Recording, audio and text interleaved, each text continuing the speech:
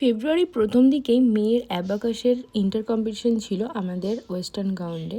তো ওই দিনকে একদম মধ্যাহ্নভোজের ব্যবস্থাও ছিল। ইন্টার কম্পিটিশন যেহেতু ওরা নিজেদের গ্রুপের মধ্যেই একটা এক্সামিনেশন নিচ্ছিলেন স্যারেরা, আর তার সাথে স্যারেরা ওদের বিভিন্ন গেমের মধ্যে ওদেরকে ব্যস্ত রেখেছিল। আর তার মধ্যেই আমরা মায়েরা সবাই মিলে বসে পড়লাম মুড়ি মাখা খেতে। সবাই মিলে একসাথে মিলে মুড়ি মাখা খাচ্ছিলাম, আর এখানে জবাদি দেখো জল ঢালছে।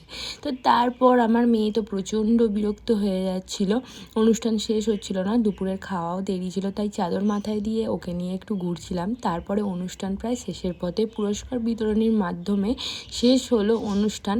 সবাই মোটামুটি কাপ মেডেল সমস্ত পেয়েছে। যারা ফার্স্ট সেকেন্ড থার্ডের মধ্যে হয়েছে তো তাদেরকে কাপ দিয়েছে, আর যারা বাকিরা যারা কিছু হতে পারেনি কিন্তু তাদেরকে একটা সান্ত্বনা পুরস্কার হিসেবে মেডেল দেওয়া হয়েছে। তো এই যে দেখো আমার মেয়ের মেডেল। তো আজকের ব্লগটা এইটুকুই।